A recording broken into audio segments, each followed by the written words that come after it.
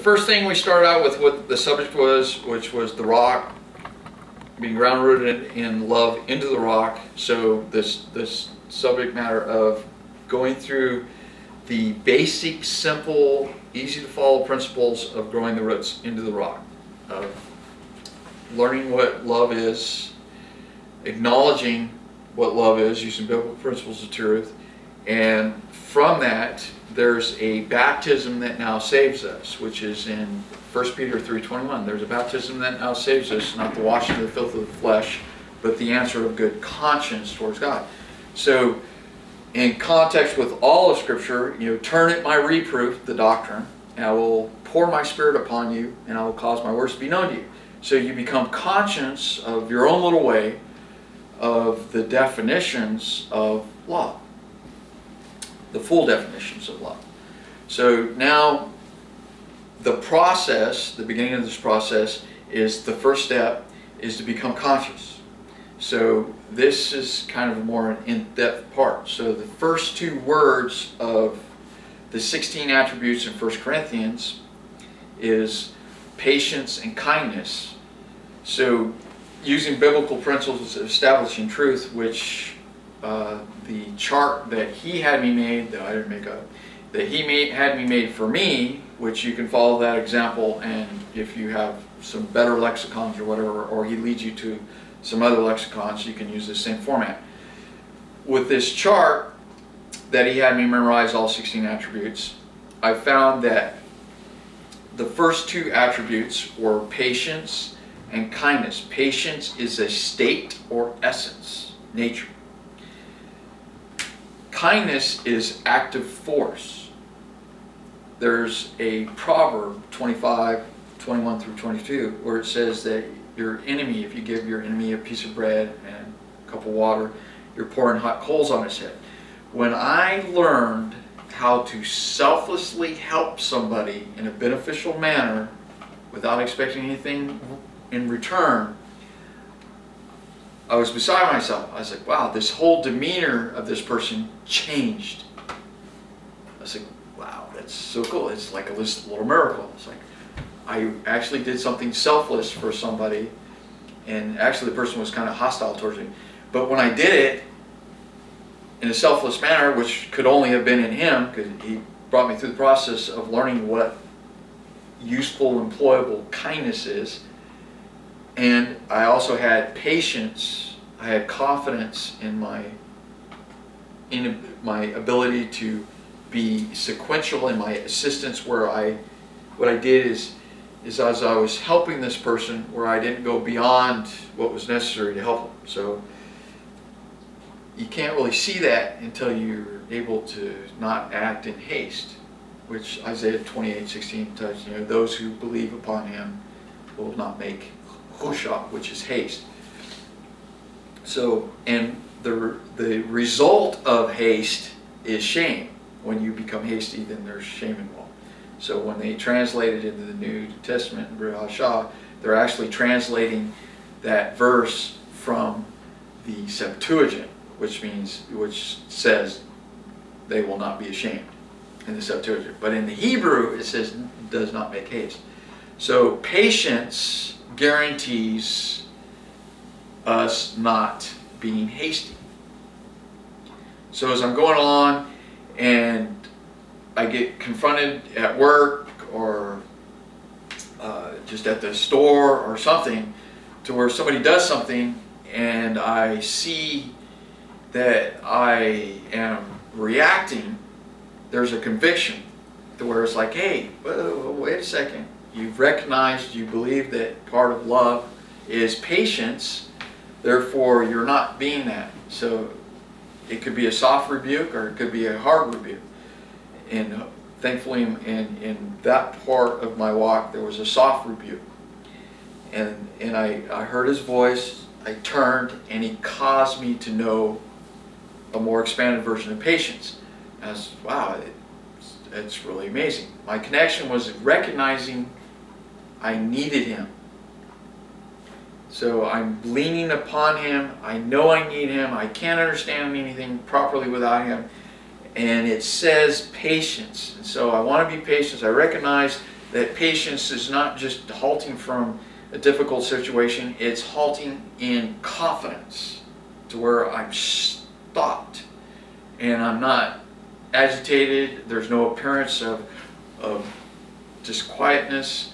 I'm there, confidently, waiting. And that's his true essence or nature.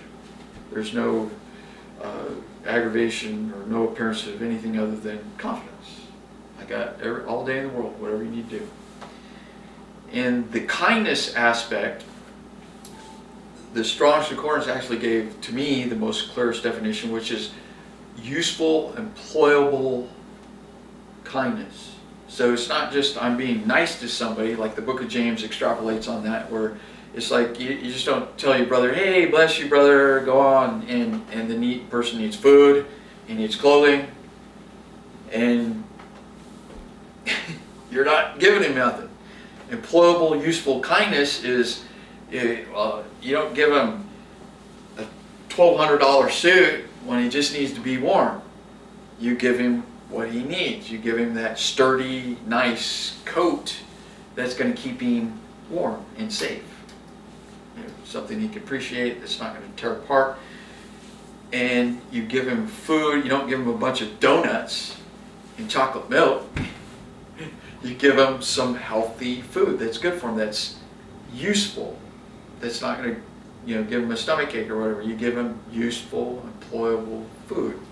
So the nature of patience and the action power of kindness that's employable and useful is mentioned of where we receive our promises. So when you go to 2 Peter chapter 1 verse 3 and 4, it plainly tells you, whatever translation you have, that it says this is how you receive the promises.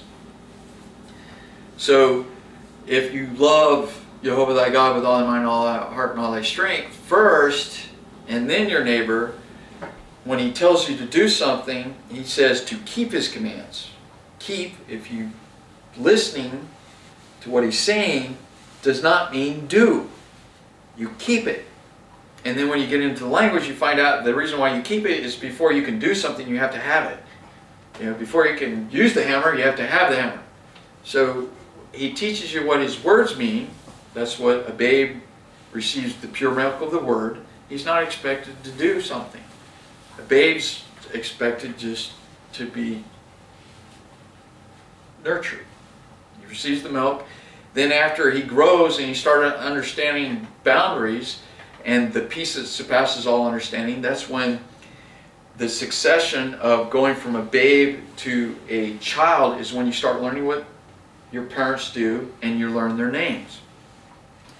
Something happened to me when I was 4 years old that I'll never forget. Is I went over to, by the time you're 4 you should know your parents' name. I went over to the neighbor's house and the neighbor asked me one day what my mother's name was, and I didn't know. I felt so ashamed and embarrassed. And I went home and I asked my mom. They laughed at me. When I went home and asked my mom laughed at me. Which reinforced the shame of not knowing my parents at 4. That's horrible. And so a week or two passed, and I was back over at my neighbor's house, and she asked me again, and I was all knowledge puffs up. Sandy's my mother's name. And she got me again. She goes, well, what's your father's name? I didn't know that. I felt shame again. She laughed at me. Her 2 kids laughed at me. I went home, asked my mom, and she laughed at me again. And it reinforced the whole thing of I should know my parents' name. And it just, throughout my whole life, it was like, wow, I can't believe how embarrassed I was and how at that age I didn't know my parents' name. And that's the same thing with Scripture. We need to know the names, which is part of the gospel, believing upon the name of the only begotten Son.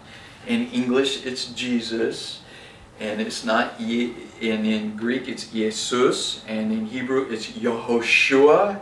And I just went over this with a learned individual.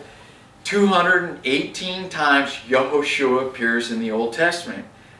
30 times, not 29 times, 30 times Yeshua, which is the Aramaic Chaldean version of Yehoshua, it appears in Scripture.